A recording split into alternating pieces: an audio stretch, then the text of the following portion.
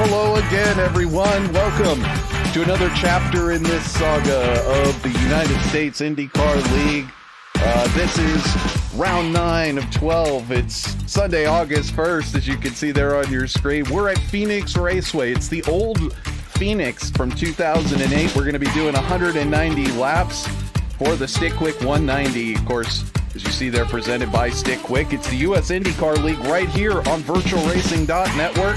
So glad to have you along with us. Of course, my name is Trevor Greenfield. I've been your host and commentator all season, and I'm very happy to have joining me in the booth today, Matt Kingsbury again. So everyone say hello to Matt. Matt, how you doing today, man? You ready for an awesome race for the US IndyCar League?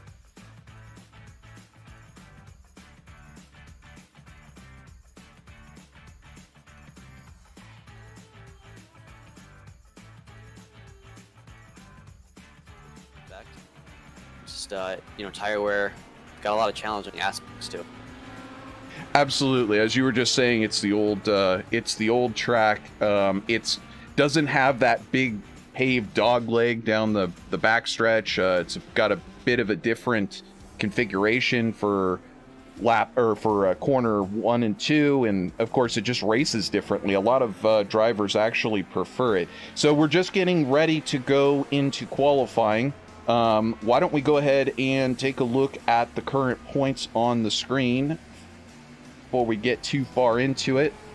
After 8 of 12 races, as you can see, the name at the top has not changed. It's Graham Bunyan, and he's in front by a lot, 144 points. It's pretty much Graham's race to just show up and win, and that's great.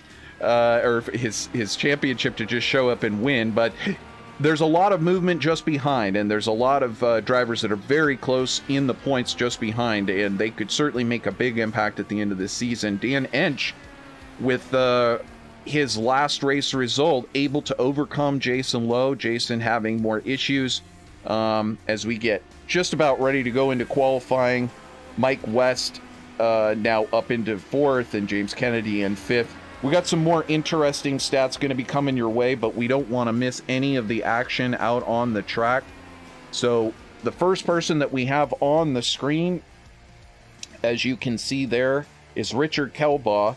Now, we'll be talking a little bit more about Richard as the day goes on, but it's great to have him back. Those of you that joined us last week noted that Richard was, of course, not doing well. He was suffering some major health issues, an emergency trip to the hospital. We thought it could be very serious. The initial reports were very serious. But as you can see, he is no longer in the hospital. He is back out and on track, actually. And we're so happy that the prognosis was negative for any sort of major cancer or anything like that. And that he continues to recover and battle, and so it's just great, sometimes just great to just jump back on that horse and get out there and do what you do best. So Richard out here in the StickQuik car, ready to jump back on that horse and get a qualifying in. I know he was really sad that he had to miss last week's race. So great to have you back, Rick, and we'll look forward. We'll just keep it on board with Rick here, and I don't know if he'd want us showing his qualifying this week, but we'll keep it on Rick, just because we're so happy to have him back. See Rick. They're exiting and heading into turn 3. Matt, any tricks you know about this track? Do you go for a late apex in 2? You go for what's your trick to get a good qualifying around here? It's a very tough track. Personally, I like to set up for the second lap, so I probably wouldn't push my first lap too hard. But there's also a big risk in that. If you wall, you're done. You don't have any lap set. But yeah, I think you got to set up your run for the first lap, carry as much speed in the turn as possible, and then it's all about hitting that apex one, hoping the car's gonna grip. Because if it doesn't, you're gonna push wide. But if it does grip, you're gonna be able to carry that speed all the way down the backstretch. Well, there you go. It's all about getting it to hook up and get that run down the straight, get the maximum amount of speed, and it's an art in itself to be able to qualify well. As we can see on screen, Kelba actually had a great qualifying run for him. Was up as high as 4th, now sliding back to 7th. David Strid makes his name known at the top as we see Ryan Bowles on the screen. Ryan not getting in the qualifying effort I think that he would like. And we see Graham Bunyan now actually on his cool-down lap. Well, he's got a bunch of pole positions to his name. He's got a bunch of wins to his name, but we didn't see it on screen, but nobody's surprised. It's Graham Bunyan, 6 in a row race winner, and now sitting on the pole.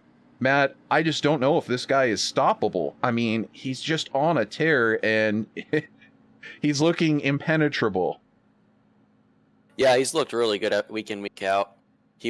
I looked at his line, and he's running a fairly late apex in both corners, which is smart because it helps save the tires the fast way around this track.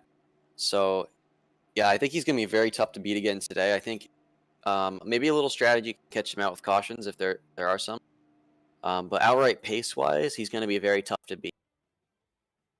Well, that's not good news for the rest of the competitors. Not only is he fast, but he's taking an optimal line for his tires.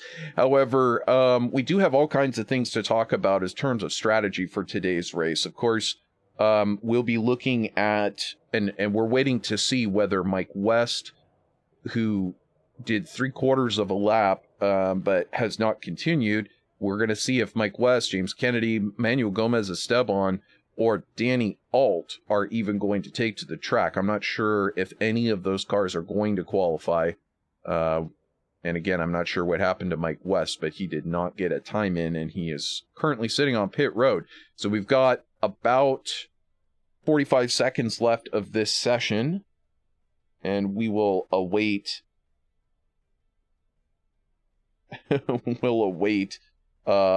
somebody jumping out there. I don't know if Mike West will or not. I don't think he will. He's not going to get the time.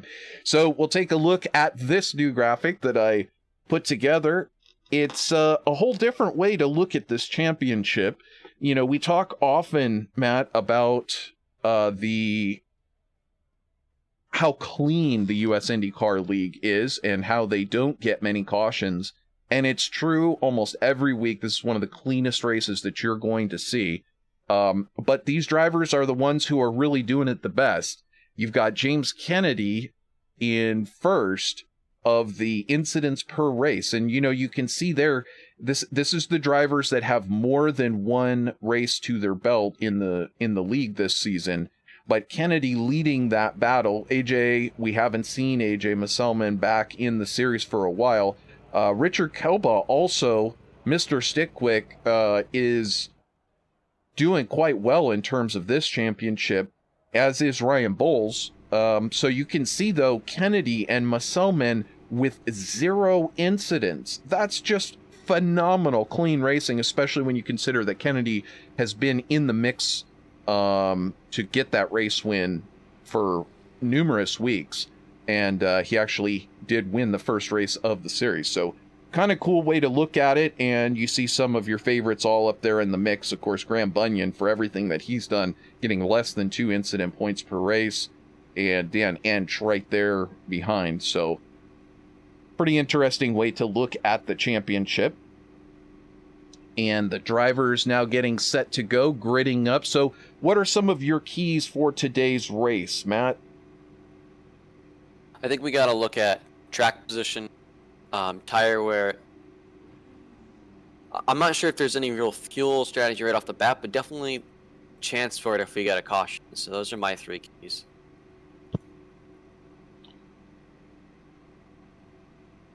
Well, I think those are the perfect keys. I think if you can do those and stay clean, you're going to have a gateway to the front. But you're going to have to go through a couple of different drivers. The way that this is getting going here, we'll show you the grid up on the screen. And so, of course, it is none other than, if we can go back to the correct number, it is Graham Bunyan on the pole with David Strid starting second. Strid actually contributed this week's setup.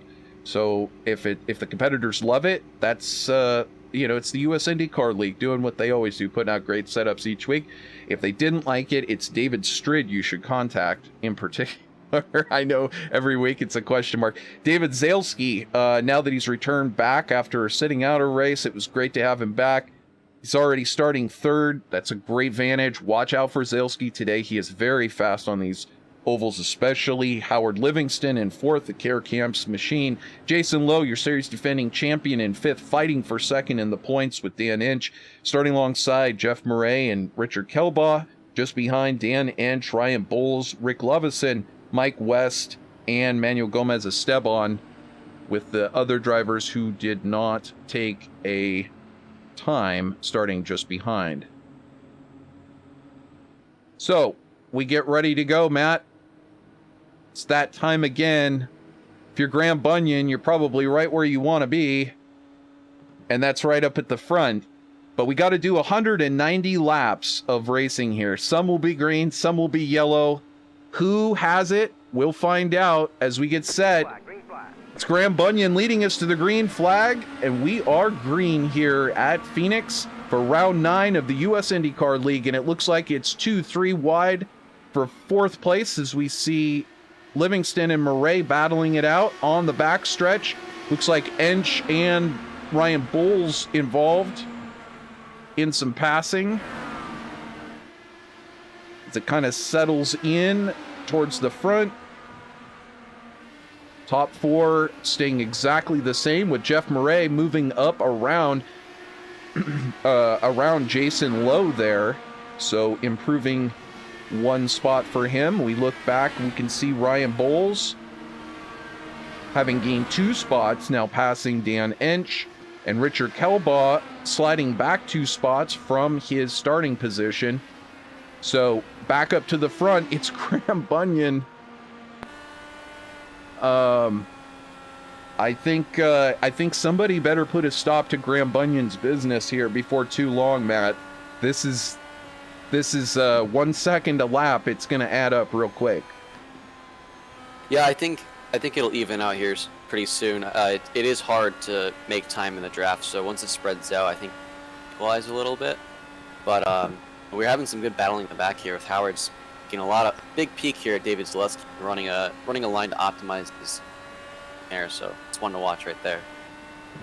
Absolutely, got to get that run, plan it just right, and then make the move.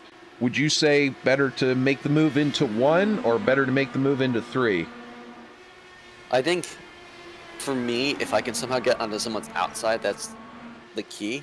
They happen to try to leave the outside open in 3 and 4. Otherwise, try to get a crossover maybe out of 2 here or out of 1 down the backstretch and try to carry that run in 3, and maybe you can try to clear off. It's very hard to pass here. Extremely hard to pass, as you said. It's a chess match. You got to figure out: do I want to be on the outside? Do I want to be on the inside? Corner 1, corner 3. It's all difficult to figure out. Obviously, when you're this close, like Jason Lowe now closing in on Jeff Murray, when you're this close, you got to make a decision. Just wait for your opportunity. I'm going for it, inside or outside. At some point, you got to pull that trigger. Could be to your peril or not. You also got to make sure that you're taking care of your own tires. If you can't get passed on, sometimes you got to just say, all right, I'll try again later. Look where their tires are. I'm looking back off, get some air. So it is like you said, a chess match. You got to make the right calls here, so your car doesn't fall off in the long run. Yep, a chess match at 200 miles an hour, where one wrong move could put you in the wall and end your day. So unlike regular chess, where if you accidentally drop a piece or possibly make a wrong move with a pawn, it's probably not going to lead to the end of your game. Nevertheless, back to the race here, and you can see some drivers, as you mentioned, still taking care of their tires. Jason Lowe trying to figure out the exact right line there, and you saw Jeff Murray going a bit offline. He's going a bit high side. Jason Lowe getting the run off the low side. And there he goes. It looks like possibly Jeff Murray maybe got in the wall off of 4, but Murray kind of taking an alternate line, maybe struggling a little bit with his tires. Yeah, he's definitely fallen off a little of the others. And Jason Lowe was I think he was the second fastest car on track there for a few laps. So he's definitely looking to move forward, and I think he's better in race trim than his qualifying. So it should be interesting to watch him as he tries to pick off drivers in the field. Indeed. And so we take a look a little bit further back in the field. We got Ryan Bowles sitting in 7th. He's up 2 positions. Dan Ench exactly where he qualified in 8th. No doubt that Dan, once again, the fuel-saving driver that he is probably sitting back there. He told us before the race he might be trying to save fuel up front, and we were like, wow, we're really shocked about that. And I'm sure nobody else is going to be doing that. We just saw a driver up in the wall. I think it was Mike West just a moment ago. And there he's up in the wall, Matt. This is probably going to bring out the caution. It might not if he gets off the track before they circle around. And he did indeed. So just in time for that, we'll see if we can go back and see a little bit more of what happened to Mike. That was a little bit later. We'll go back and look a little bit earlier, because this incident really started. He got up in the gray coming off of 4, and that's it, Matt. That's all you got. There's no grip up there, and he's scraping the wall going down the straight. Obviously had wheel damage, puts it into the turn 1 wall. Fortunately, able to get it off the track and jump back into the pits. Yeah, good that it didn't collect anyone else, because this race is starting to get a little spread out, but also we still got a few fights here with Jason Lowe breathing down Howard's neck here. Well, I'm so glad you're spotting some of these battles out there on the track as I'm looking around elsewhere. Here is Jason Lowe, as you mentioned, the defending champion, 3-time champion of the series, and he's found as much competition as he can handle in season 11. Right now, battling on track with Howard Livingston. Again, as you mentioned, every one of these drivers involved in their own personal battle with the track and trying to get the tires right, make sure that they save their tires, and they try to fuel save if that's their game today. But Lowe there making the move on the low side into 1. Yeah, Howard seems to favor that outside line, so it's very difficult for Jason to get the run on corner, because he can't run the high side to really get a run on him. Although he does manage it right here in 3 and 4, he's going to look to the outside, and he gets the move done, it looks like. So the Matt Kingsbury method of attack proves the point. He holds it on the outside, Howard knowing that he had no chance to battle from the inside, and Jason Lowe takes the position. So move Jason Lowe up into 4th, and he's got about a second, 1.75 seconds to get up the track and be able to try to start looking at that podium. But up there at the top of the podium thus far, we're 21 laps in, and it's Graham Bunyan, the Australian, with the sometimes occasional runner in the series and the contributor of today's setup, just behind fellow Australian David Strid. So David holding tight in 2nd in that very familiar Team Penske livery. And then your final spot on the podium, like I said, just great to see David back racing with us after sitting out a week. And as I mentioned, he's a great challenger in the series. He started 3rd, he's running 3rd, so 1st through 3rd, exactly where they started. But as you know, Matt, this is like right about the time everything starts. It all seems like, oh, okay, this is the way everything's going to go, and then usually strategy starts playing out, and all heck breaks loose, and it's not at all like it seemed going forward. So we're about halfway through the stint now, and like I said, some people's tires are going to start falling off, and in fact, we're seeing Zalesky kind of pull back a little bit of this time on David Strid. So he's now just about 1 second back, and it had been a little bit more than that. Jason Lowe also slowly working his way and climbing back onto the back of David Zalesky. So now at a track like this at Phoenix, what would you say, Matt, is kind of the gap you got to get into to feel that draft? I'd probably think about a second, just because it is a little bit of a slower speed you're traveling speedway, but I think that's where you're really going to start feeling it. The nice thing about this track is you can run a little bit alternate line 3 and 4, just to try to carry more speed. Mm-hmm. But 1 and 2 is pretty difficult because there really only is one racing line. You got to be right on that yellow line. And by this point of the stint, if the tires are going off pretty substantially, which they usually are by this point at Phoenix, you may not be able to hold it in the perfect ideal spot on the racing line. You may be struggling a little bit. It looked to me like Strid got out a little bit wide, and now this gap is really just about a second here. So again, we're just watching, just like you are at home, as we see Manuel Gomez Esteban jump into the pits for a stop. I'm not sure if he had an issue. One thing I'm watching is the pace difference between Lowe and Graham Bunyan, and Lowe actually has been fairly consistent this time. And that time by, he was fastest car on the track by I think about almost. So I think if Jason manages to keep ticking up a little time here, get a good pit stop, could be up there to challenge for the race lead.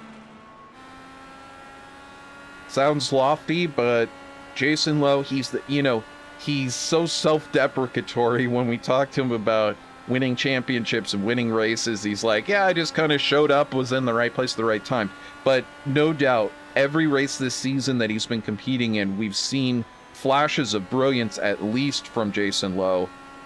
Moments where he is the fastest car on track, and so he's one of these drivers in the field like Zalesky, Kennedy, Ench. You really can't count them out because they're either playing a strategy or they really do have that pace that they find themselves in the right spot, the right race, they will be up there at the front. So definitely it's just a matter of time at this point. But Lowe has, it's actually now 1.5 seconds to Zalesky up in front. And so then it's 1.2 seconds from Zalesky to David Strid. So it's actually not really opened up. I kind of thought that Graham Bunyan was just going to, walk away with this thing, but he really hasn't. And it's still a race. I mean, we still have the top 10 cars on the lead lap.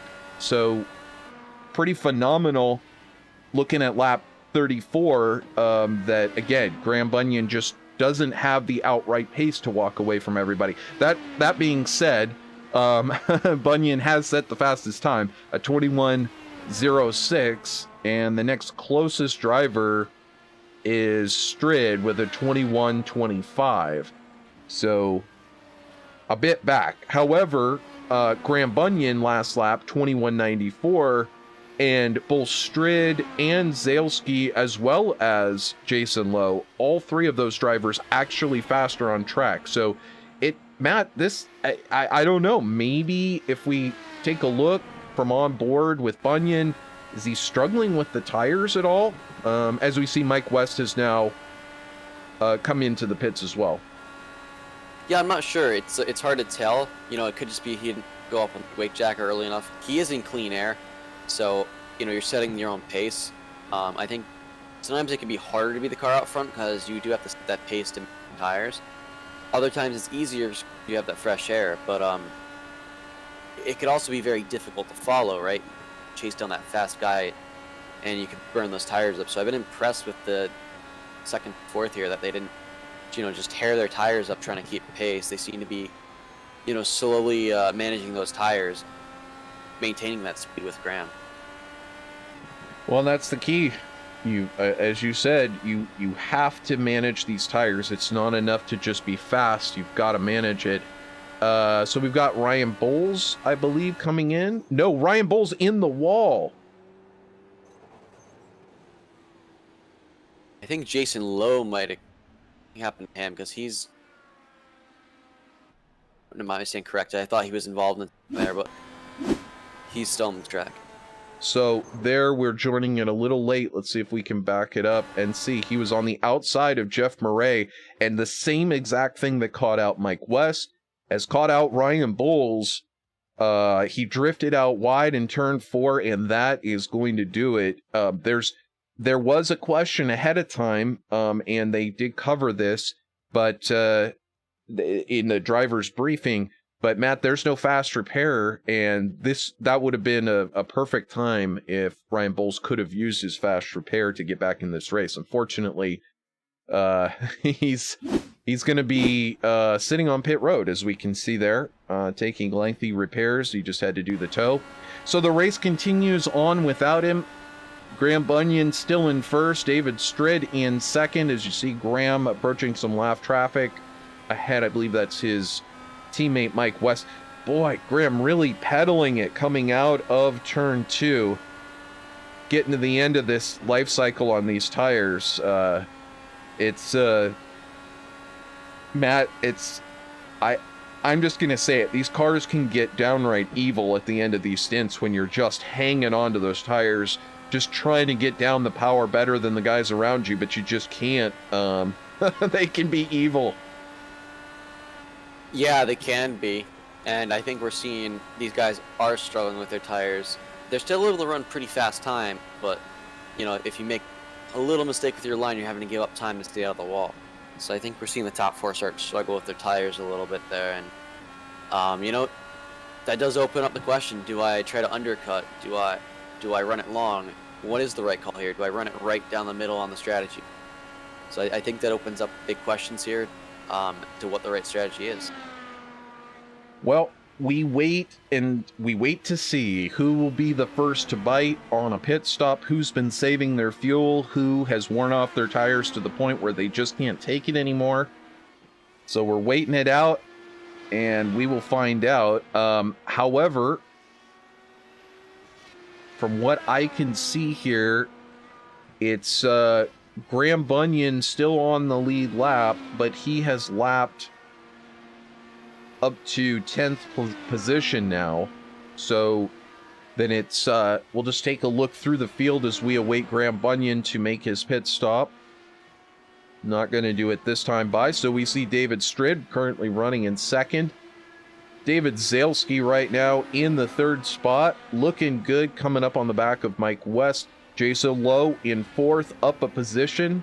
Still trying to, he's 0.7 of a second back from David Zalesky, so that battle could potentially heat up momentarily. Howard Livingston slid back a spot into 5th. Jeff Murray currently in 6th, that's where he started. Dan Ench is in 7th. He's up a position, and we'll just see how it shakes out for his race in terms of the strategy. Richard Kelbaugh, Mr. StickQuik, back in the car. Familiar black and green. He is racing again, and it's so great to have him back. Rick Lovison here, Chicago native, in 9th, up a position. Ryan Bowles currently sitting in the pits, and I believe Manuel Gomez Esteban out of the race. We'll see. Is he out of the race? Yes, he is. Mike West is back in the race. He's going to get about another lap, and he'll pass Manuel Gomez Esteban. There, David Strid in the pits. So out of 2nd place, he's the first to blink, Matt. Yeah, I think it's a good call to come down. You got to do something different. You got to run it right on strategy, and if you got to be the first one down, so be it.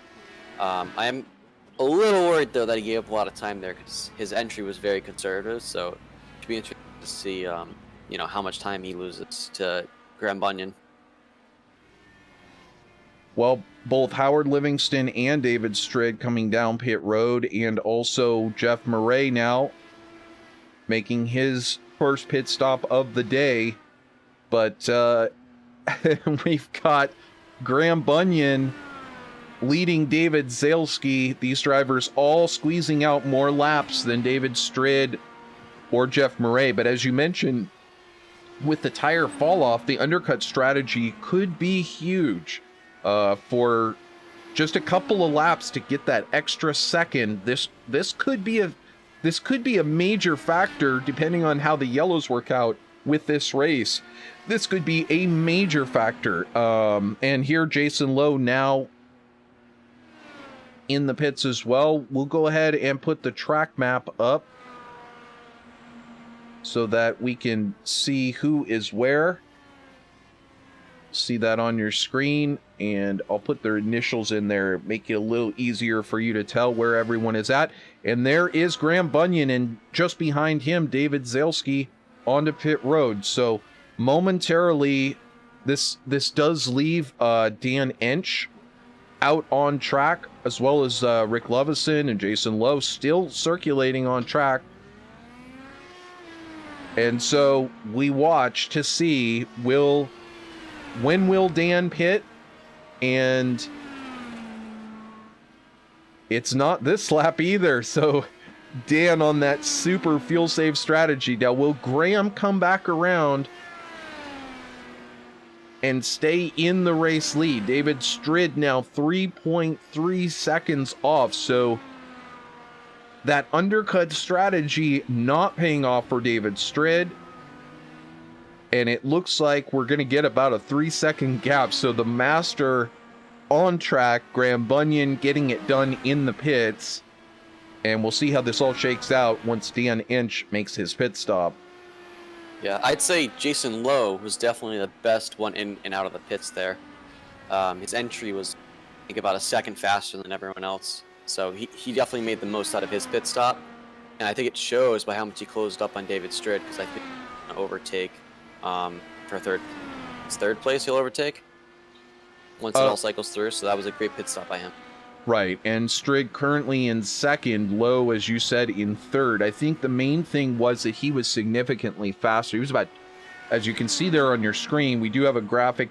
I can't promise that these numbers are perfect, but they come out of iRacing and they go through our software, so hopefully they are. Nevertheless, you can see Lowe, one of the fastest, Strid with the actual fastest time down pit lane. And then Livingston actually very quick, Murray very quick. And there you see Dan Ench in the pits. So currently dropping down to fifth, and Graham Bunyan taking over the lead again on lap 59.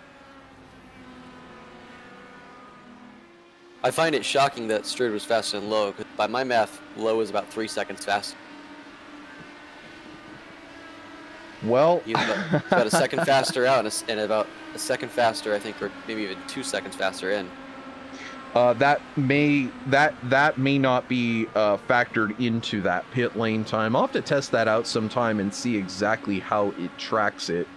But it gives us that number, I think, once they're actually on pit lane and then once leaving. But as you mentioned, that closing rate as they get into pit lane, just before they get into pit lane, that can earn you a half a second, a second, possibly even more, depending on whether somebody's locking up and you're not. You're getting your entry just right. So possibly not covered in that graphic there. But nevertheless, let's go back through the running order now that everybody has managed to pit. In first place, it is your pole sitter, championship leader, and the guy that we seem to talk about a lot week in and week out. It's certainly the last guy that we interview because he's standing at the top of the podium most weeks. It is Graham Bunyan. Takes over the lead, not fazed by David Strid's undercut strategy, but Strid rejoining back in second. But as you mentioned, the big winner in that pit stop strategy was Jason Lowe. He seemed to not only he managed to overtake David Zalesky, but then also he has really gained up. He's now just a second behind David Strid. So the American looking to break up this Australian 1-2 juggernaut at the top of this running order.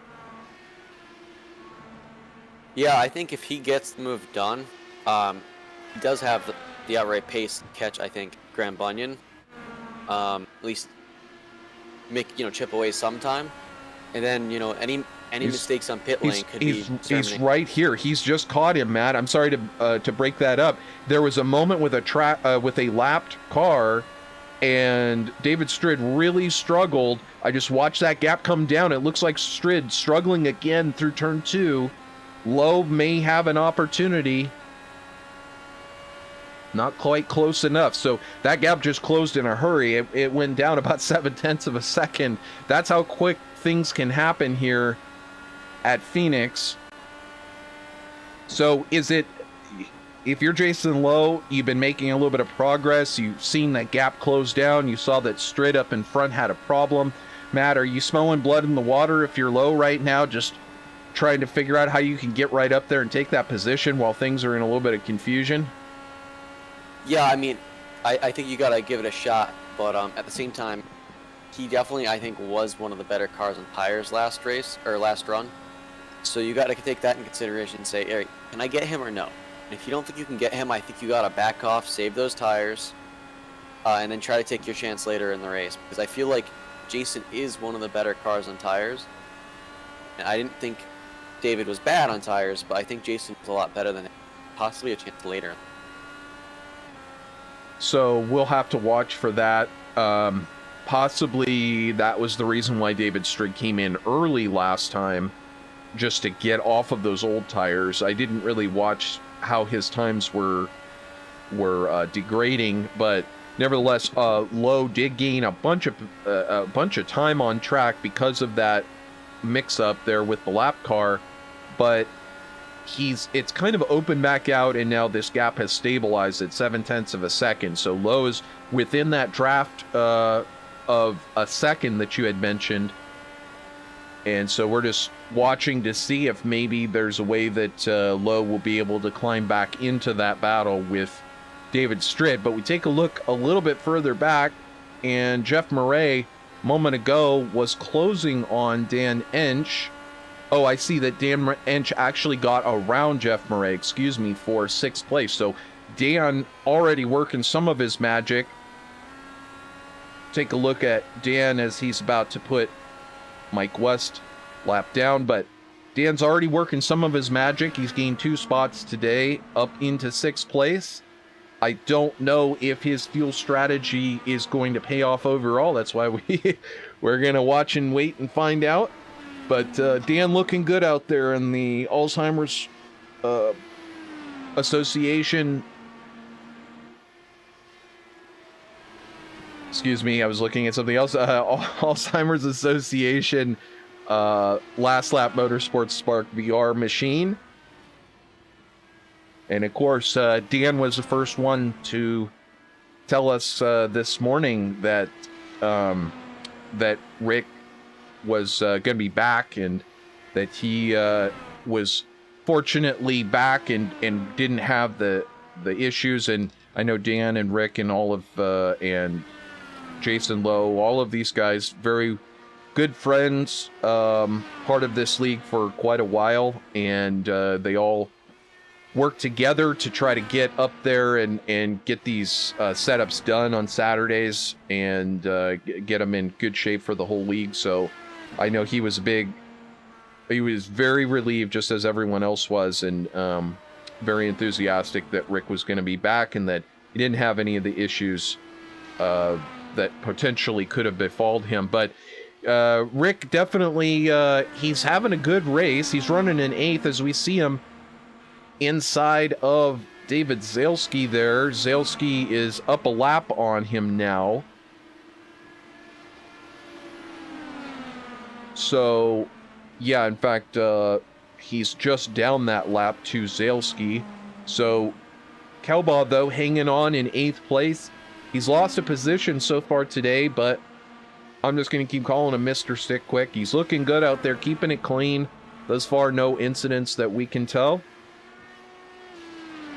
And that's great. So we're back up to the front, looking at our leader, pole sitter, and championship leader, Graham Bunyan, in first. It's about a 6-second gap back to David Strid in second. And then Jason Lowe, our final podium contender here, you can see running very, very close. Just 7/10, now 8/10 of a second back from Mr. Strid. And we're now working lap 79, so before we know it here in the next 15 laps or so, we're going to be looking at our next round of stops. And as it stands, the top 6 cars, thanks to there being no cautions on track, the top 6 cars are still on the lead lap. And then our first car a lap down would be Jeff Murray.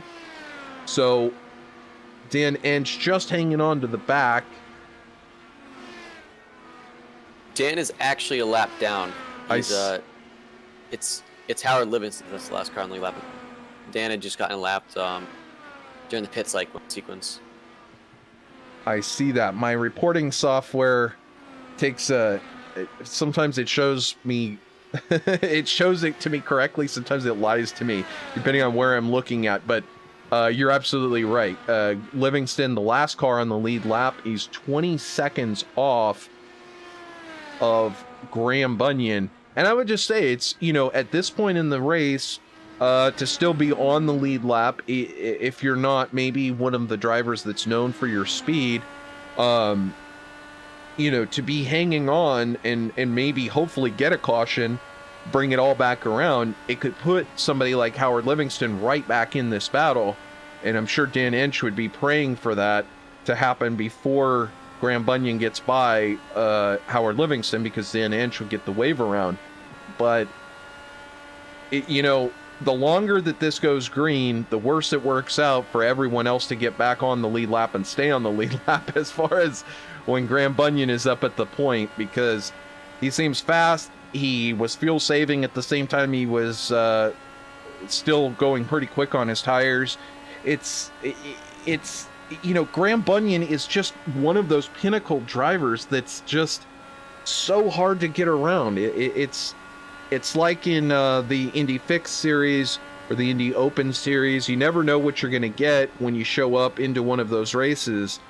And, there's always going to be those 1, 2, 3, sometimes as many as 5 or 6 drivers that are so good that they're just, every race you see them, they qualify at the front, they race at the front, and they seem almost untouchable. But we've already seen that Graham does have little moments on the track. There are a number of close calls. Anything can happen. So it's actually, you have to take a little bit of a different perspective when you look at the Masters, whether you're looking at this IndyCar, you're looking at Formula One and Lewis Hamilton. I know for a lot of years when I was watching Champ Car, you had Sebastian Bourdais just out there dominating every week. People saying, can we please have somebody win other than Sebastian Bourdais? And Lewis Hamilton, can we just have somebody win other than him? But, this is a little bit different. This is a fixed series.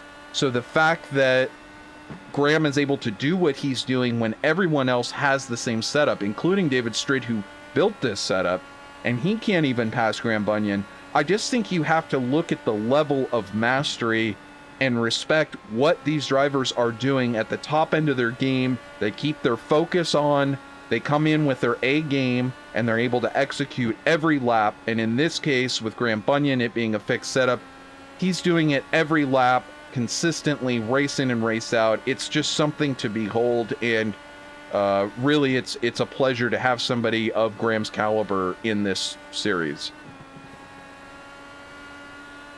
And we see Mike West Mike West pulling over there as Graham Bunyan tracking down Howard Livingston, trying to get Livingston to go down that lap. So he doesn't have to deal with the traffic, and Livingston has just been holding really strong, trying not to let that happen. This is about the tightest battle on the track at the moment. We'll go back through the rest of it. Yeah, he's not going to be able to hold Grant up too long there as Graham sweeps around the outside in 3. But I'm definitely looking to see who's going to be the first one down pit lane here. You know, the window's open. I really want to see if Jason Lowe decides to go for that early pit stop again and maybe try to jump David Strid. Well, we'll go on board with Jason Lowe. We're up to lap 92, and Lowe pitted last on 52, so if we're doing straight numbers, we'd say 104. But this is about the time in the stint when those tires start to delaminate, and you're starting to wonder, am I hearing noises of a tire going down? No, you're hearing your car sliding through corners where you don't want it to slide. You're feeling the car drifting up in the corner on exit. You're adjusting the weight jacker as hard as you can without it spinning you around. I mean, this is really the point of the stint where these guys got to earn their money and keep that gap. That's the main thing. You know, you can go through 90% of a stint, but when you get to that really difficult part at the very end, where you got to hold on to the car, that's where you really make your money. And these drivers right now having to do that at the end of this very long green flag stint. We see that Lowe, Strid just up in front managed to get around this lap traffic here. Didn't get held up this time too badly. But Lowe has managed to... Oh, and there you can see David Strid now into the pits. Looks like he gets it woed up successfully. So Strid, first one in again, this time on lap 95. So, man, he's significantly off. I mean, we're talking about 7 laps difference between what he's doing now and there we can see Dan Ench is into the pits.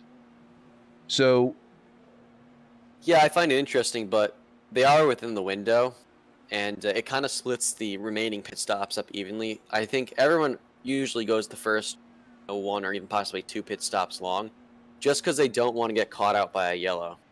I think that's common sense. You don't want to have a wreck happen on your lane and drop two laps. For sure, yet another part of the strategy to consider. You don't want to get trapped by that yellow should it come out. Like if it were to come out right now, it would trap Graham Bunyan, Jason Lowe, well, actually, it would trap a number of drivers a lap down, as we can see Howard Livingston now coming into the pits, but it would also mean that Graham Bunyan, Jason Lowe, David Zalesky would have to make their pit stops under caution, would allow everybody to cycle back through. So we'll see. So we see Howard Livingston now in the pits. That allows Rick Kelbaugh, Mr. StickQuik, now up into 4th. As you see Dan Ench go flying by on the inside after he left the pits.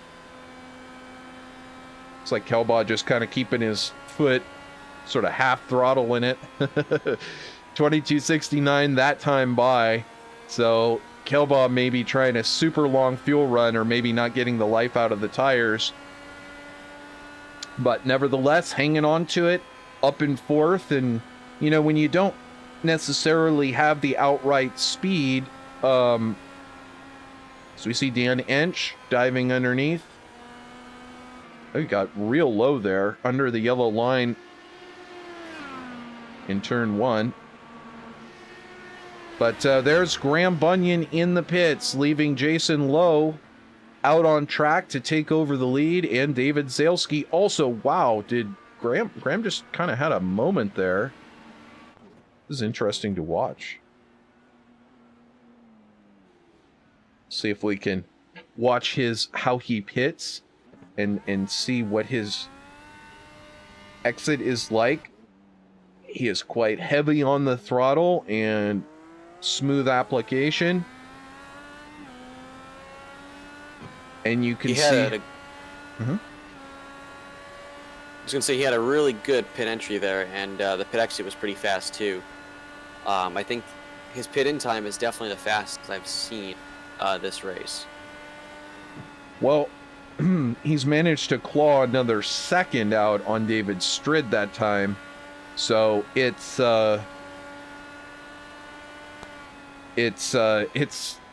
looking really good for Graham Bunyan right now. His pit entries are good, his pit exits are good, his actual pit stops are good, his racing on track is good.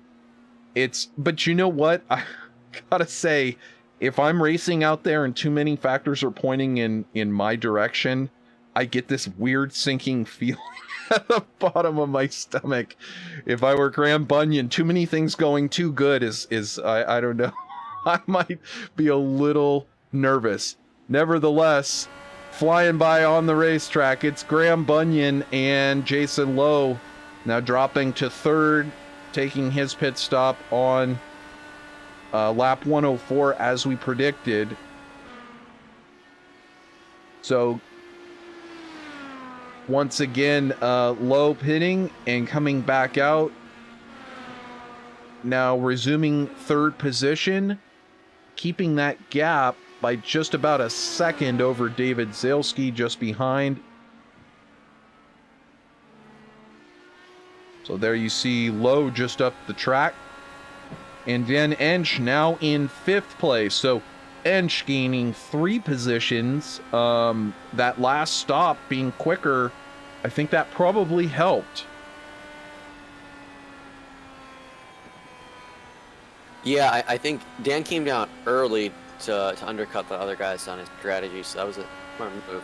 He's able to run in clean air, fast times, and get around them. But if you look at his lap times, they are suffering a little bit already. So there is, you know, that side effect that you're going to be a tick slower over the course of the run after that. Well, Dan does find himself in fifth. But as you mentioned, tires going to be falling off.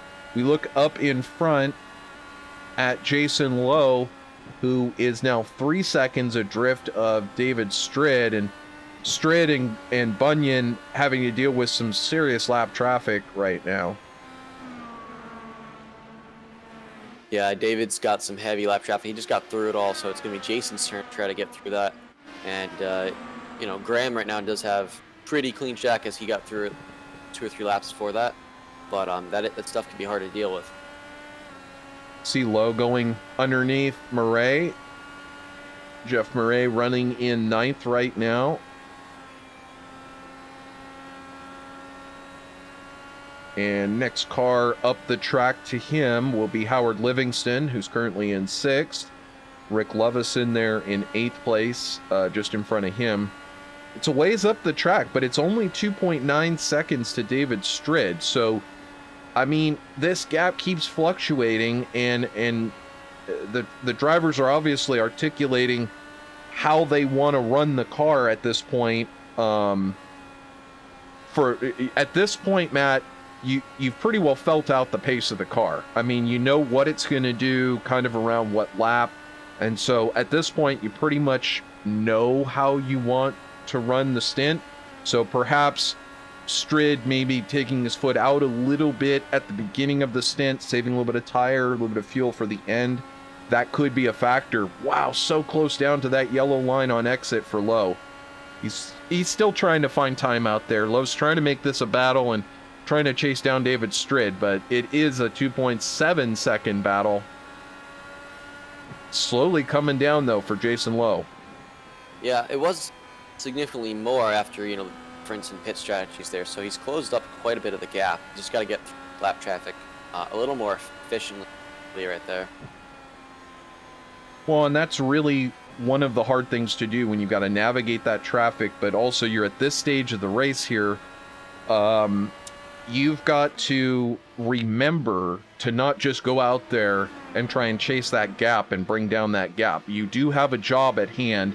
That is to manage those tires, manage the fuel to whatever your strategy, whatever number you have to hit. I mean, you still drifting up maybe a little bit high there on exit, but bringing it back in. I mean, you can't afford to burn off the tires on this car chasing down second place, because then you're really going to put yourself in a hole. Yeah, that's just right, Trevor. You know, if you tear the tires up, then you have it making up time, because then you got to hang on until the fuel window is up. And if you don't make that, well, you're not going to finish the race.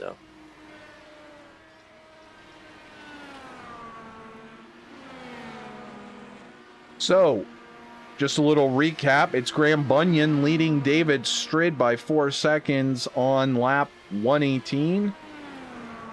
And Jason Lowe running third. David Zalesky shown here on screen running fourth. Dan Ench in the middle of a fuel-saving masterpiece, perhaps. Up 3 positions from his starting position, running in fifth. Dan is jockeying with Jason Lowe for second in the championship. So if Dan can close another 1 or 2 positions, it'll be very meaningful to him with how close that battle is, and Howard Livingston getting up very high there in the middle of the corner. So Howard here shown in 6th place. He's lost a couple of positions today, but it's running strong.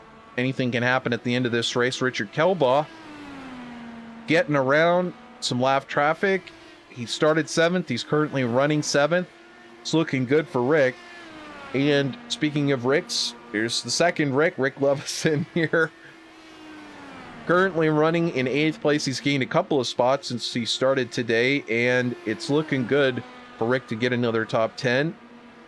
Jeff Murray, it's been up and down. He was doing well at the start, kind of drifted back a little bit. I think this is one where it's not really connecting with the setup so well and the tire life, perhaps drifting back a little bit. So Murray trying to learn some of that Bunyan magic to manage those tires, get a little bit more speed out of the car. Ryan Bowles, he's had an up and down day. Don't forget, this man did set a pole position with us earlier in the season, and he has run up at the front. But the couple of other races that we've seen him in, he has struggled. See him getting very, very high on exit, coming up on the back of Richard Kelbaugh.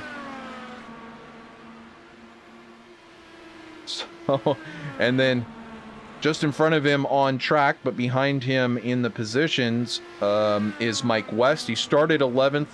I don't think he got in a qualifying time. Might have had an incident in qualifying.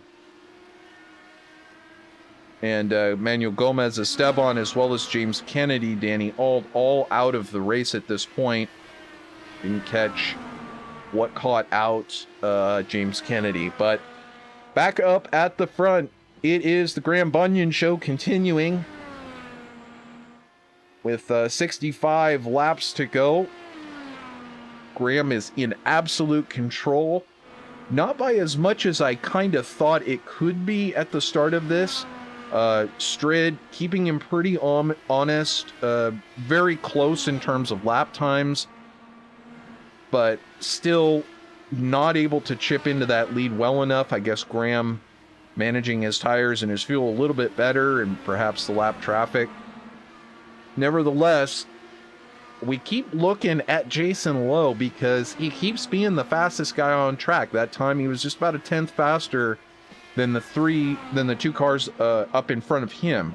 So, you know, Lowe seems to get in and make up a little bit of time here, a little bit of time there. This last time, again, just a little bit faster than David Strid, about a 10th of a second faster.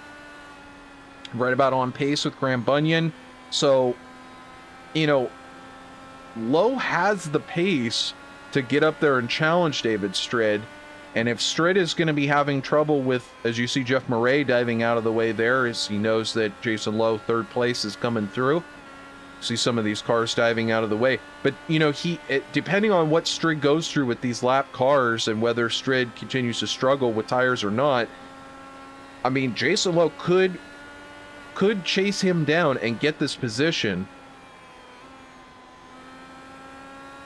So you see Lowe really having to adjust with Mike West getting very loose in front of him on exit. Lowe really backing out there as well. So that gap that had come down a bit more, that time up to 1.9 seconds. As the last time by, Lowe actually lost upwards of half a second due to that traffic. So that's exactly what I'm saying, Matt. You know how frustrating this is. You work so hard, and there we I have a note on screen, but I was just gonna say, oh, it's Jeff Murray. He's finally lost it. Oh, and it was Rick Lovison who dove down the inside. We'll see if we can go from Lovison's point of view, see if we can tell what happened. It looks like Murray slowing quite quickly up in front, and Murray gets up into the outside wall, and then It looks like he got up in the marbles and just smashed it off the wall. And unfortunately, Rick about that. He's in the middle of the corner, and they just made slight contact. I think Rick's car is relatively okay, but yeah, Jeff broke a tire and he's done. Okay. Well, and we can see there on the screen, yeah, that green Menards machine don't look so pretty anymore with that crumpled left front. Unfortunately, Jeff Murray pulls it into the pits. Now, we also had a note, I don't really understand. It says that Danny Alt also jumped to the pits, but we can't really find a note for that, so apologize for that. But Danny Alt, I don't know if he was sitting on pit lane, because Danny Alt only turned 1.88 laps, so I don't I don't even know what that note is about, but I guess maybe he officially retired. Not really sure. He like gridded, put the car into the pit, never gridded for us. That's what that was probably about. Well, so maybe he's gonna do a lap for us.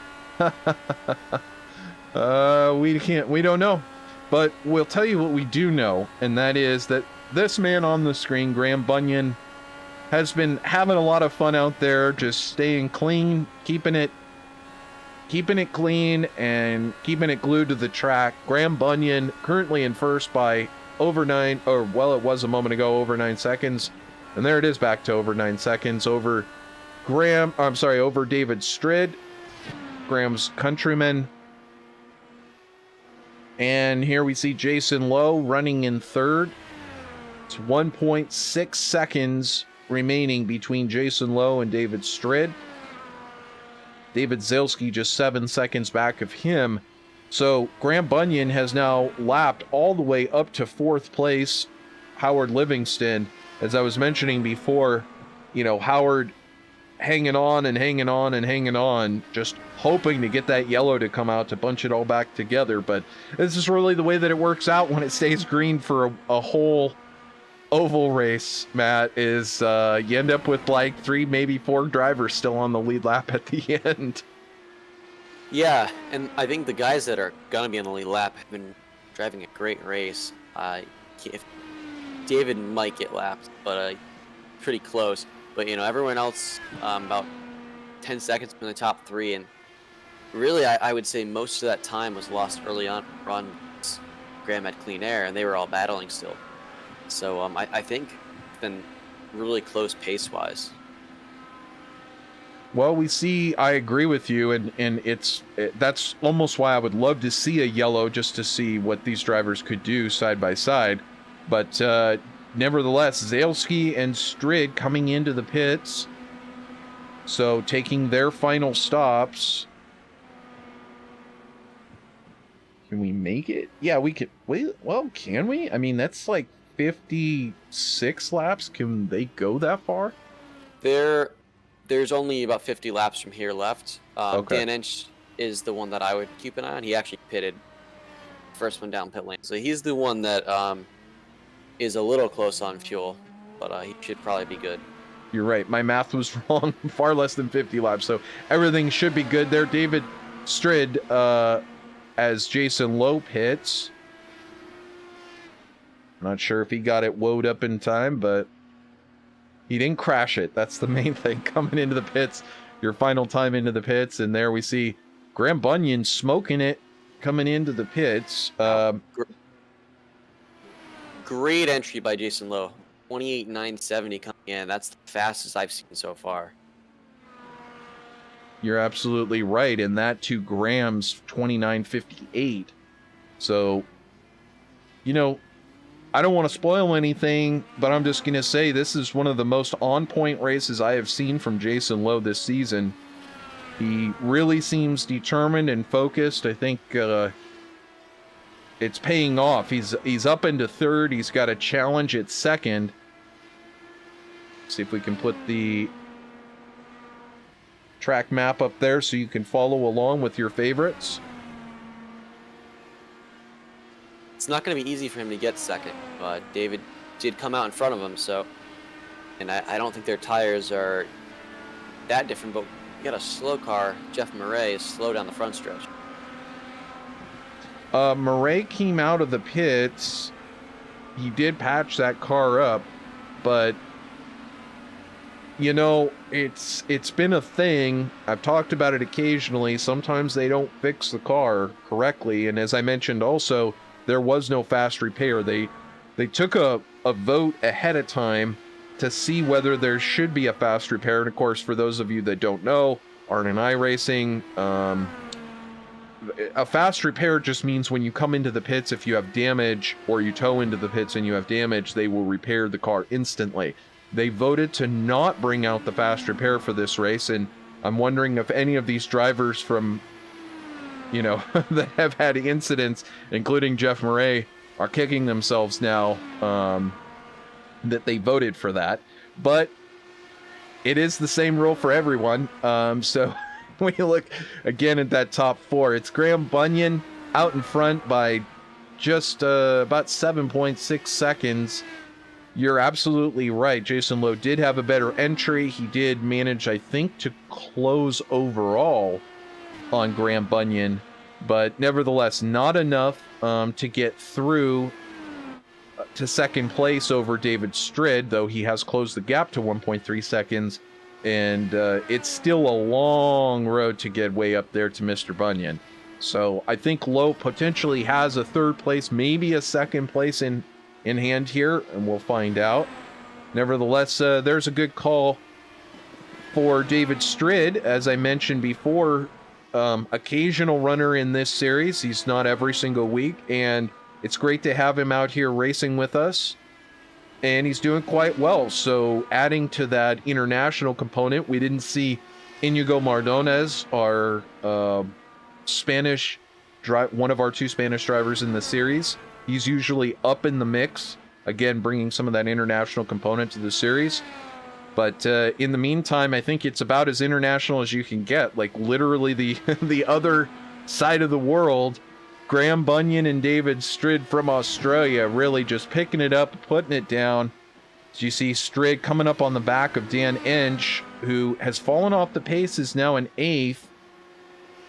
Yeah, I was just watching Dan. I think he might have hit the wall with his right rear and done some to the car, because he just pitted maybe 10 laps before that, and then pace looked alright in the car, but it does appear to be handling very badly. Well, Dan entered the pits there. We'll see if we can back it up on screen and tell why he entered the pits a second time. He might have been suffering with it for some time, because I don't see... He is going very slowly in the corner, but I don't see the moment where he touches the wall. It does look like he has damage. It looks like the wheel is bent. So, really tough break there for Dan Ench. Falling out of the top 5. He had a great race going. And unfortunately, that's going to completely ruin the race that he had going today. He was, again, looking the top 5. And if things had maybe closed up due to a caution, he might have been able to get his lead lap back. And then who knows where he could have ended up. But that's exactly what I'm talking about, Matt. You're out there, you're executing a strategy. Things may be working well for you, maybe not as good as you could have hoped, but working well enough. And then it all falls apart. as we can see something else possibly falling apart for David Strid, Matt. He's in second place. His tires may be falling off, having some issues, but Jason Lowe has closed this second place gap back up to 0.4 of a second. He might have a run on him pretty soon. Yeah, I think it's go time. Jason can't wait. This is his chance. He's got to take it. If you wait, I think you're giving up, your best chance. Let's pounce while his tires are hot, while he's struggling.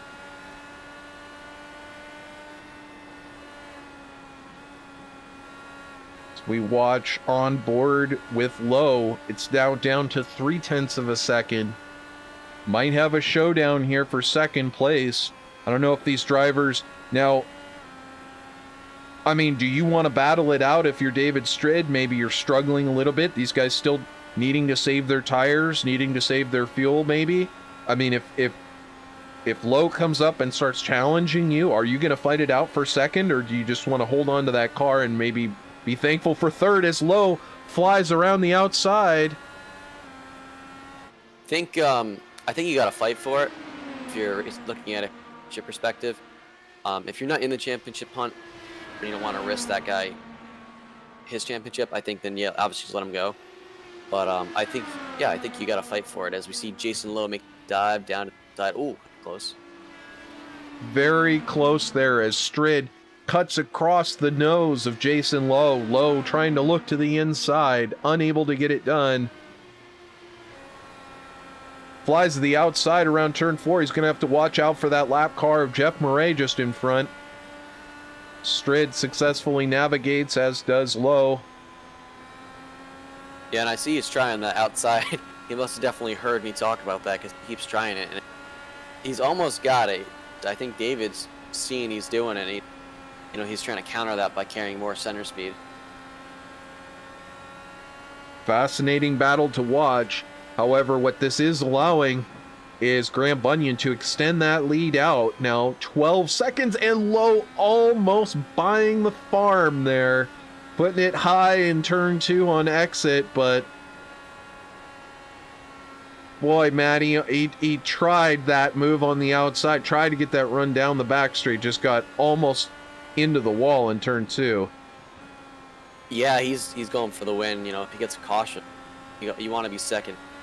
It gives you the best chance to get a jump on Graham and challenge the win. So I think you got to go for it in this race. You gotta go. It's starting to tick down in your brain. I'm getting closer. I may not have this opportunity. I gotta get that position. Just 26 laps remaining. You also gotta make sure you don't want to drive the car here, though, because there is, like you just said, 25 or so laps to go. And if the driver in front of you is overdriving, the last thing you want to do is overdrive, because then you're missing all the clean air. And I'm seeing there's a lot of clean air that David's out there. So if I'm Jason, I'm going to try to follow the optimal line here and just capitalize. Well, potentially David Strid has gathered it back up. It seems to be fluctuating between 0.6 and 0.5. And while we have a moment, why don't we go ahead and we'll keep an eye on this battle. Certainly don't want to lose it should anything miraculous happen on your screen. But we do want to have a moment to talk about not only Rick Kelbaugh, who's come back to join us in the series again, so happy to have that. But also, we want to talk about StickQuik. Now, StickQuik is one of the coolest things that you may or may not have ever heard of. It's indispensable in terms of once you find out about it. Basically, and I'm trying to go off script here because I don't like it to sound too mechanical, but I'm just telling you, I have a package of these. I have the green ones, and they are the coolest thing. And basically, this just makes anything into a magnetic mount. So you can stick one end of it onto whatever you would like to stick this to, stick whatever you want to. And so you can see there on your screen all kinds of different ways to use it. In the garage, in your kitchen, in your bathroom, in your shower, in your bedroom, stick whatever you want to the walls. It'll stick. It'll last a long time. It's made out of wear resistance and UV resistance, silicone. And so there you can see you can get it in all of these different colors. It's the perfect addition to your house. So look it up. It's actually really affordable. I think it was under $20. You get 6 of them, and that's going to last you for years and years and years. So head over to StickQuik.com for more details. And always glad to have StickQuik part of the US IndyCar family, the official partner. So we go back live. Rick Kelbaugh up to 6th position. We look up in the front. We see Graham Bunyan still in first, having to navigate around David Zalesky, who's currently in 4th place. But I'll tell you what's shaping up. This battle right here. It's Jason Lowe diving down the inside of David Strid. Will this battle mature? And oh, so close on exit of turn 4. Yeah, he's got the run though, and I think he didn't get the power down quite as well as he'd have liked. But yeah, he's making a good challenge here. I think he's got to hook that inside through 3 and 4, make the most out of it. David's not covering it.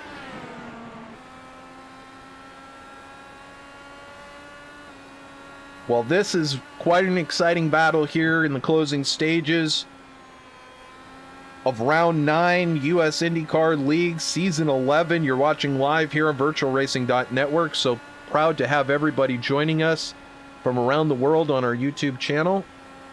See, Will Stearns was in the channel letting us know he couldn't make today's race. Just decided he didn't quite have the speed to be in today's race. So appreciate discretion being better part of valor, but he'll be back. So those of you who are fans of Will Stearns out there, just make note, he'll be back in the mix next week. But we watch this exciting battle on our screen. I hope you're enjoying it out there, Will, and everyone else watching live on YouTube from around the globe. As Jason Lowe's tracking down David Strid, he's just 2/10 back. We saw him just a moment ago trying to move down the inside, trying it on the outside, almost getting it up into the wall in turn 2. But we get down to the closing stages, 15 laps to go. You just suck it up, Matt, and you just go crank up that wheel jacker, that weight jacker just a little bit, send it in there to turn 1, see what you got. Oh, and speaking of which, there he goes and does it. So close. He just about licked the stamp and sent it there. I think he's going to do it here. If I'm him, he gets back. He's losing so much time into 1. He's got to hit the same speed that Jason. He does that, I think he's got him passed. He's just giving up so much speed through the middle and entry of that corner. Well, David doing his best Michael Schumacher impersonation, driving pretty much right in the middle of the road, so you can't get around. Murray running slow on the outside as these two squeak through.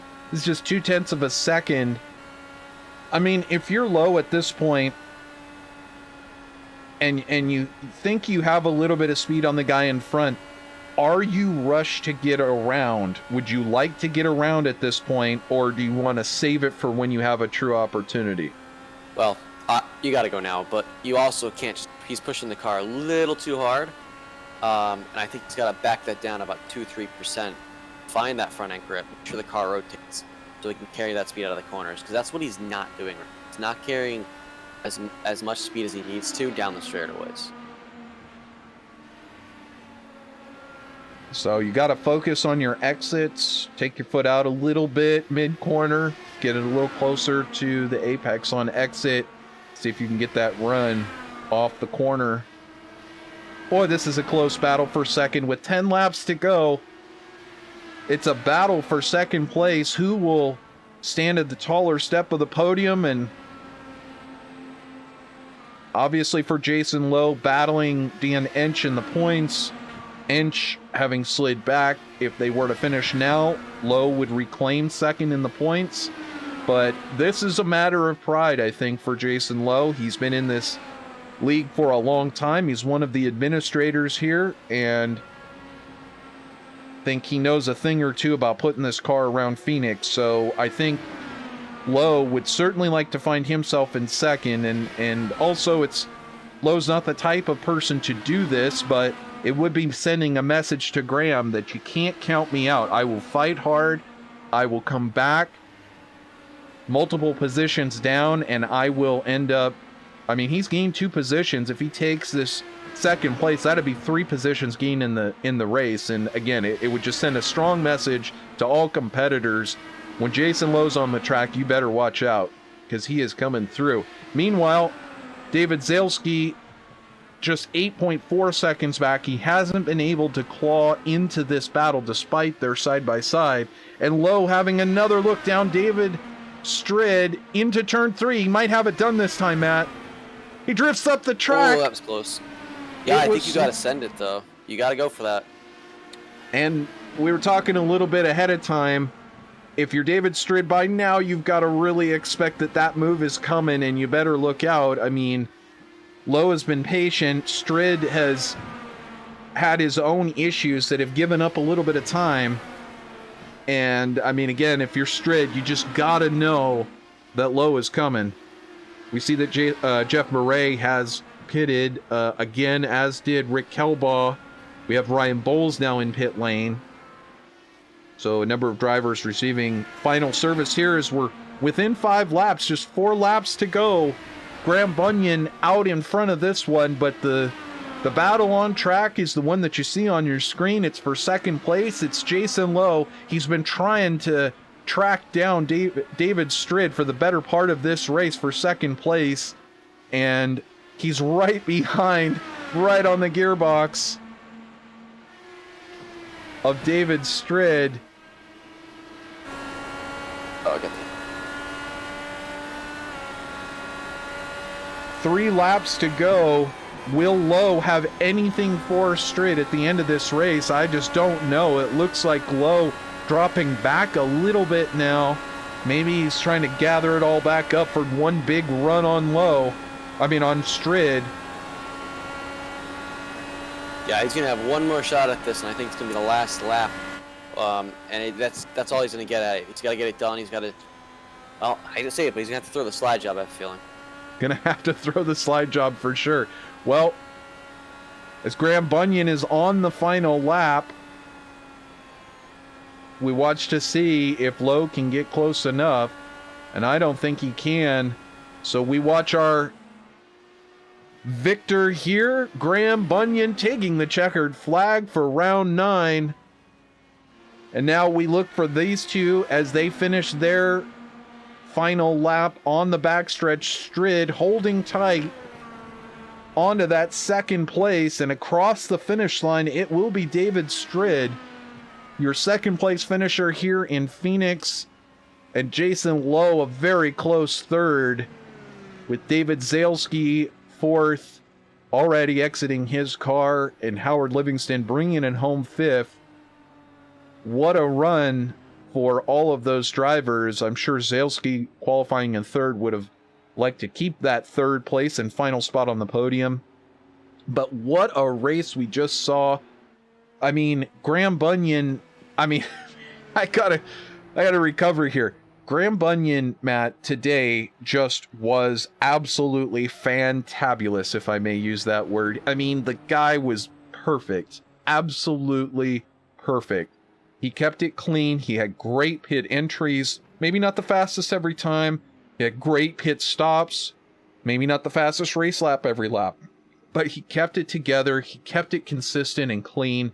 This was just one of those championship defining races where we can officially announce it. God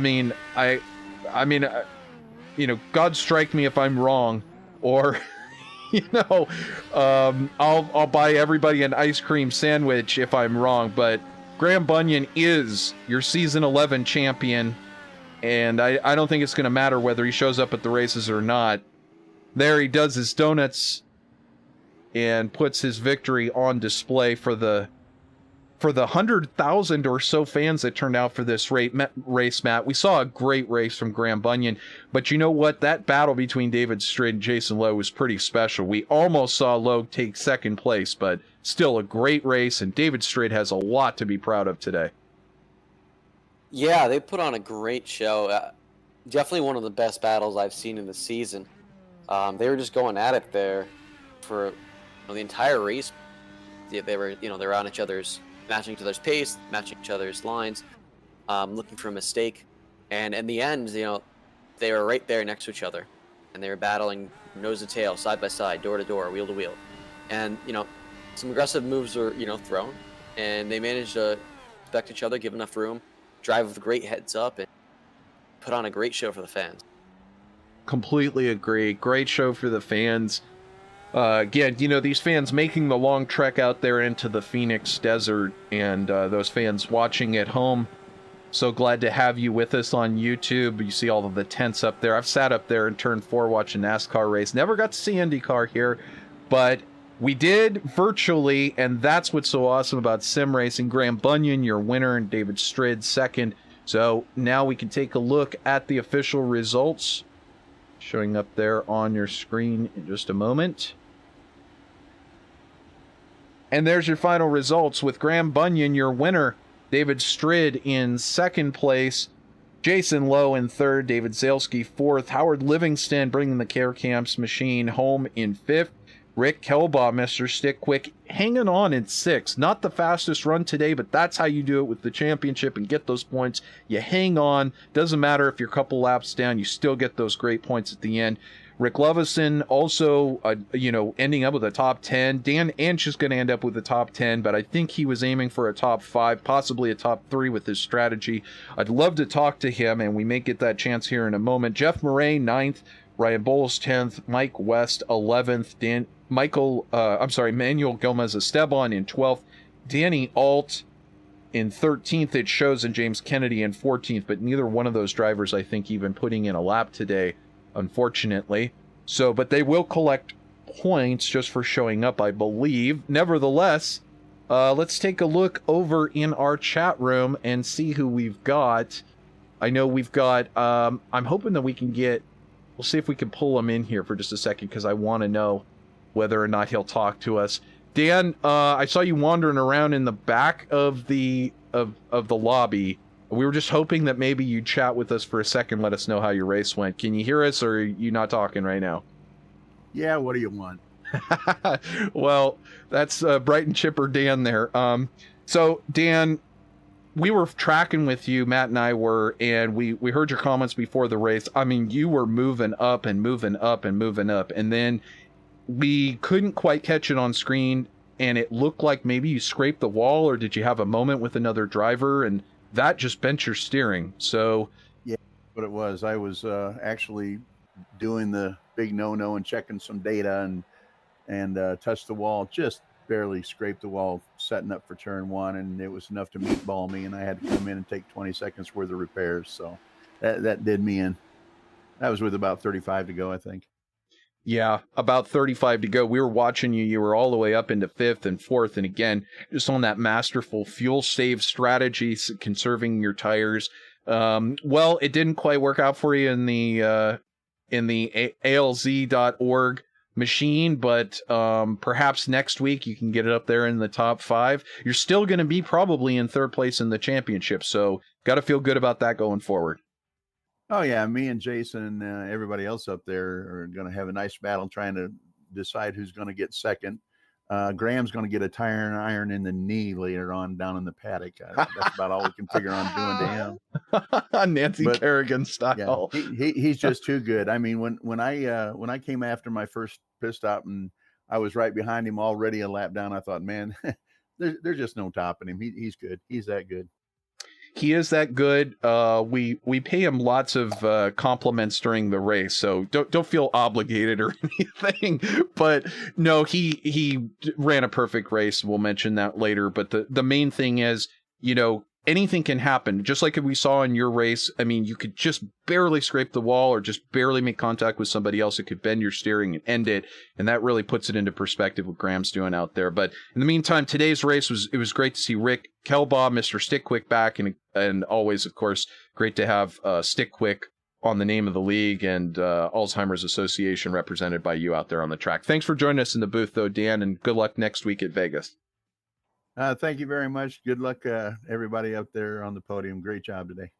Absolutely. Thanks for joining us, Dan. So now we got a chance to talk to our third place finisher who's in the booth. It's Jason Lowe. Jason, can you hear me?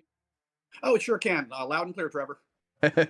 Well, it was loud and clear today, your message. You know, you say it a lot. You're very humble about your speed and hanging on to the leaders, etc. But I mean, Jason, you look like a championship contender today. You had it all going. You qualified 5th, and I think that was maybe the only downside to your race, because you were fast, you were passing people, and then you had a very long protracted battle within about 2 seconds of David Strid. So talk us through your race and what it was like for you today.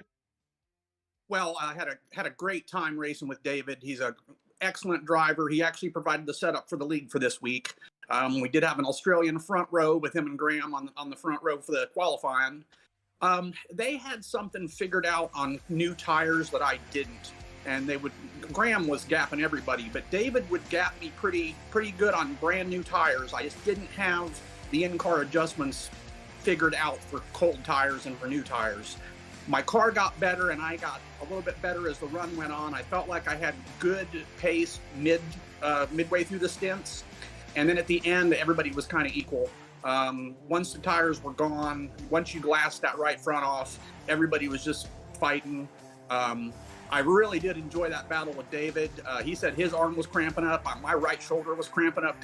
I was doing everything I could without taking him out, because I took way too much respect for the guy. I couldn't just send it in there and wipe us both out, because I just don't race that way. But that's probably the only way I would have got around him, because he's such a great defensive driver as far as his corner entry and knowing how to keep somebody behind him. He's super smart. And it goes without saying, Graham was once again the class of the field today. I mean, he almost caught David and I and almost put us a lap down. With a few more laps he would have. I mean, what can you say about the guy? I mean, it's just he's a talent. I'm glad to have him in the league, and I'm glad to get the chance to race against him. Super glad to have Rick Kelball back this week. He's feeling better. We're all super stoked about that. And thanks to StickQuik for putting the league on for us as always. I sure do appreciate him. You bet. And that was super exciting today. I mean, I if I could count the number of times that I thought that you had the pass done on David Strid there in the last 10 laps, it was just you were inside, you were outside, and I mentioned he did his best Michael Schumacher impersonation, just driving right down the middle, finding a way to keep you at bay. So great defensive drive from David Strid. We won't get a chance to chat with him, I don't think, today, but hopefully in the near future. Nevertheless, great run today, Jason.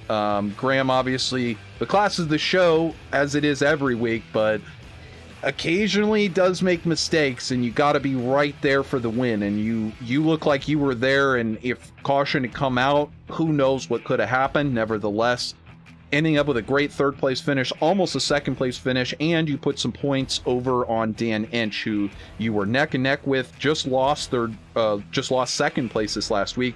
Now you'll get it back, and again, trying to stay on top of that second place in the points. So anyway, you got, now that the first and second, or at least the first place in the championship is decided, you pretty much got to feel good, because it's just going for the win at the end of this thing, right? I mean, you've got several races, just a couple more to go, but you got Vegas coming up next week. You think you got a good shot there? Usually at Vegas, I'm either pretty decent or I'm really terrible. So we'll see which way the coin tosses, and we'll see what happens. But I tell you, one of the group, Howard Livingston, is really good at Vegas. We might see him get his first win of the season there.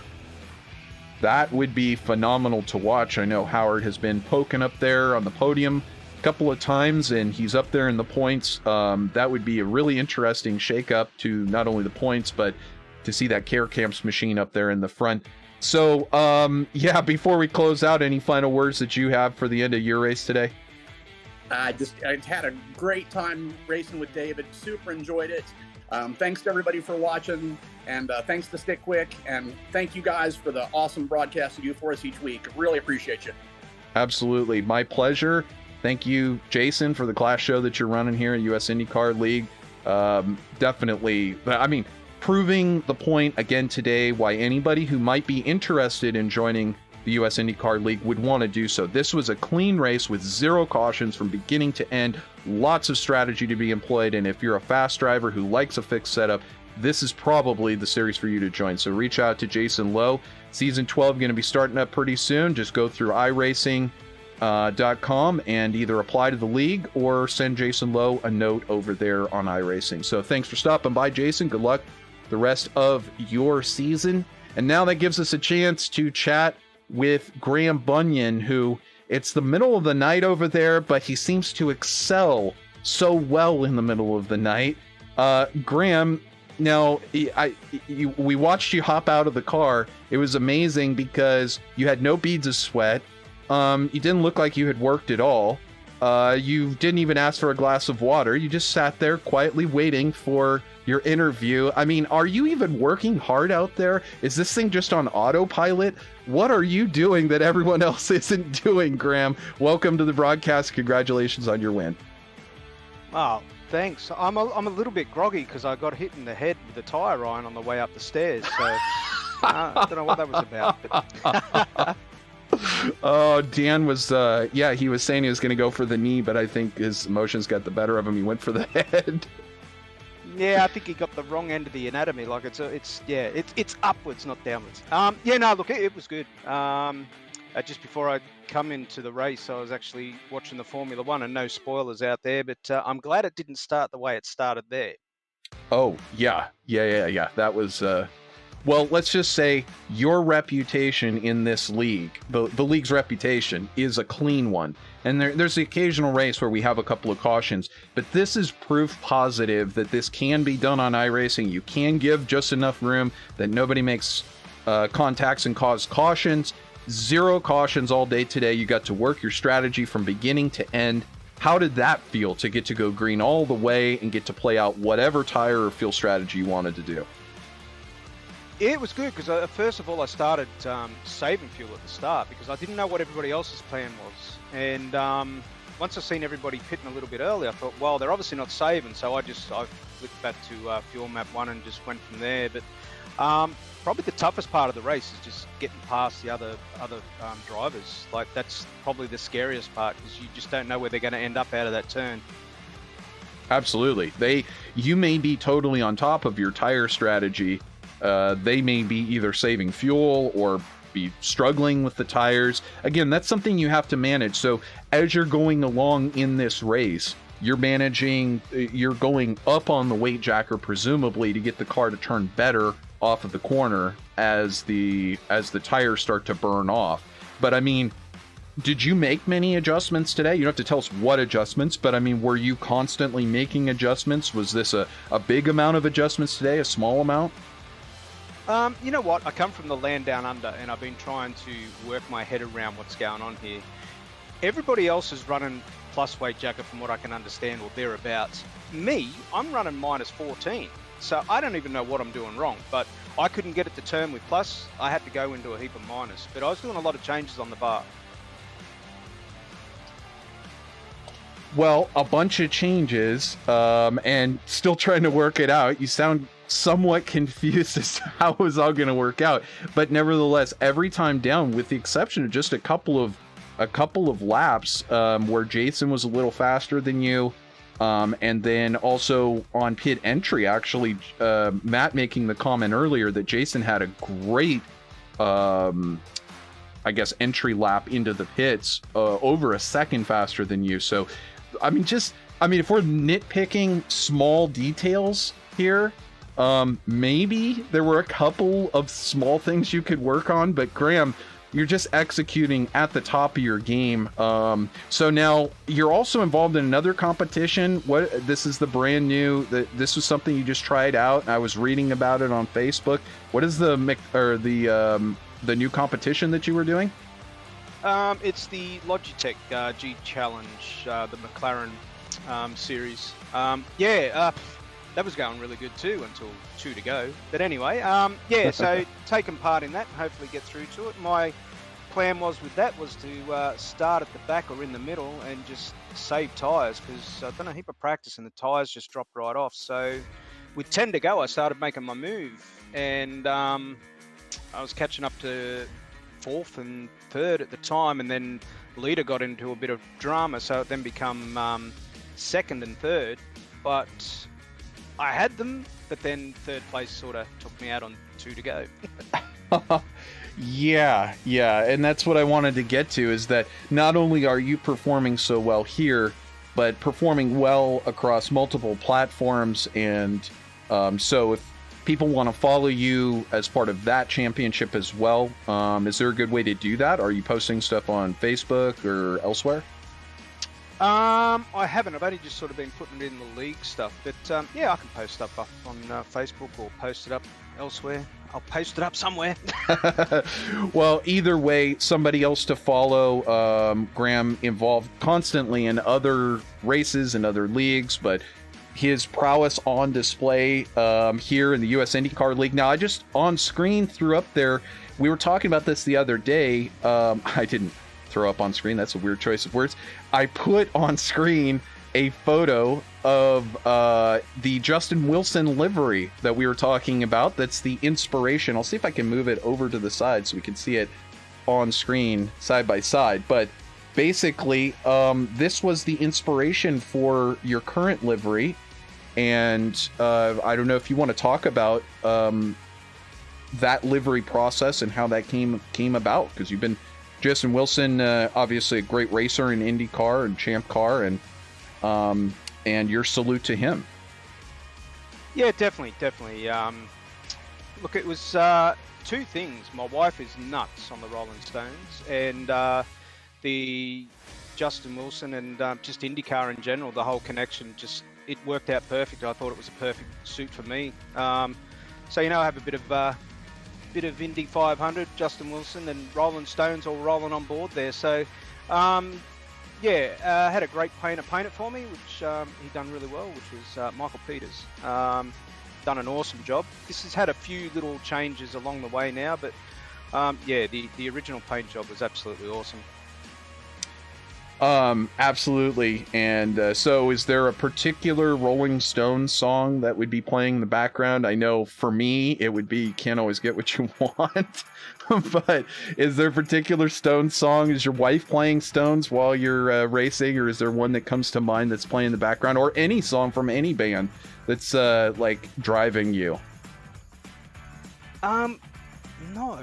I probably wish there was. Don't know. I should put music on. I don't know. I love Black Betty. There you go. But I don't know. But yeah, no, look, it's all good. It's great.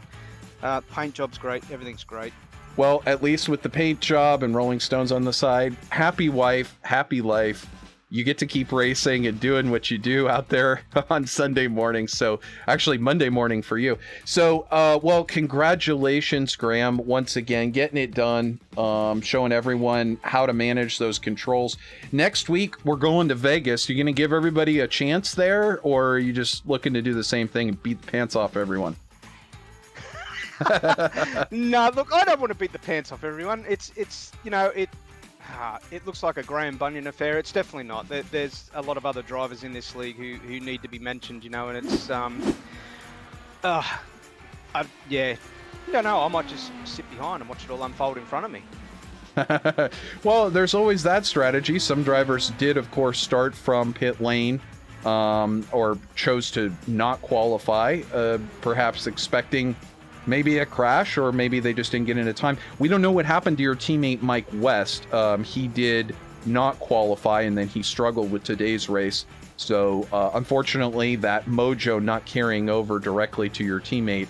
But nevertheless, for you, pretty much a perfect day today. And again, you'll continue. And I might as well just say it right here on the air. Congratulations on your season 11 championship. It was a spectacular thing to behold, and you really, each week you're bringing it week in, week out, executing amazingly well, and really just serving as a pinnacle, like the Lewis Hamilton or the Michael Schumacher of his day, for everybody to shoot for. We heard Jason Lowe talking about it a moment ago, but for these competitors, it's not just everybody is kind of in, third split or second split level talent, and so if you win, it doesn't mean anything. When you have somebody like Graham Bunyan and a couple of the other drivers in this series, Dan Inch has an endless amount of experience in Indy cars. When you're up against these drivers, that if you do something good, you're actually accomplishing something. So thank you for setting that benchmark week in and week out. And as we watch you start to do your donuts here on the screen, it is your championship. Congratulations. You've taken the crown from Jason Lowe, who was a 3-time defending champ. And I hope that champagne tastes real sweet tonight. Well, I'm having a rum, actually. I need it. Thanks for the championship. It's been great the whole way through. It's been great. A few little moments there at the very beginning, but the celebrations aren't there until the final race day, and then it can be done. But as for Mike, I think Mike had a bit of an issue on lap 14, 13, coming out of turn 4. I think he scraped the wall and broke the right-hand steer and went into turn 1 wall. But everybody did well. Jason and Dave had a great battle there at the end. I think that went on for about 30 odd laps, I think. So, they had a great battle. I'm glad I work in a hospital, because I think I'm going to have to send everybody a shot of cortisone so everybody can get over their shoulders and wrists. Yeah. Yeah, David Stritt apparently complaining, as well as Jason Lowe complaining. People don't realize how really physical these sim rigs are, but nevertheless, you're doing just as many laps as they are. You're every week you're putting in the same amount of laps, and you're still getting it done. So regardless of whether you're suffering, you got your cortisone, you got your icy hot, you got your CBD, or whatever you're doing, your rum, you're going to go recover with your rum and take a soak. So either way, Graham, congrats, man. Season 11 champion, and we'll see if you can continue your streak of race wins. This being 7 in a row, we'll see if you can get 8 next week. Yeah, no worries. Thank you. And thanks to StickQuik, and also for Richard sticking it out there. I know it's pretty tough for him at the moment. So well done and welcome back. And and just to the podium again, and all the guys did well. It was a great race. It was totally clean throughout. We had some close racing, especially for second place, with David Stritt and Jason Lowe battling it out lap after lap towards the end. Thought maybe Lowe would have something for Stritt, but it was Stritt who came home in second, Jason Lowe in third, the final step on the podium. Lowe will climb into second in the points, but it was Graham Bunyan's day, taking the victory by about 17 seconds. But it was a lot closer than that in the race today, and Graham solidifies his season 11 championship. However, next week, as you heard from Jason Lowe, we look forward to Howard Livingston, who does quite well at Las Vegas, and a number of these other drivers, Dan Inch, and a number of others looking to regroup and get back up there on top.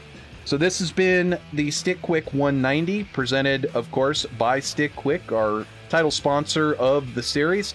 If you enjoyed this race, please make sure to like this video and subscribe to the VirtualRacing.Network channel. So for all of the competitors of the United States IndyCar League, we thank you so much for joining us here on VirtualRacing.Network. This has been round 9 of 12 from the Phoenix Raceway Oval 2008. And from myself and Matt Kingsbury, so glad to have you join us, and we look forward to seeing you next week at Las Vegas Motor Speedway. Make sure to join us same time on Sunday. Thank you so much, and we'll look forward to seeing you next week. Bye-bye for now, everyone.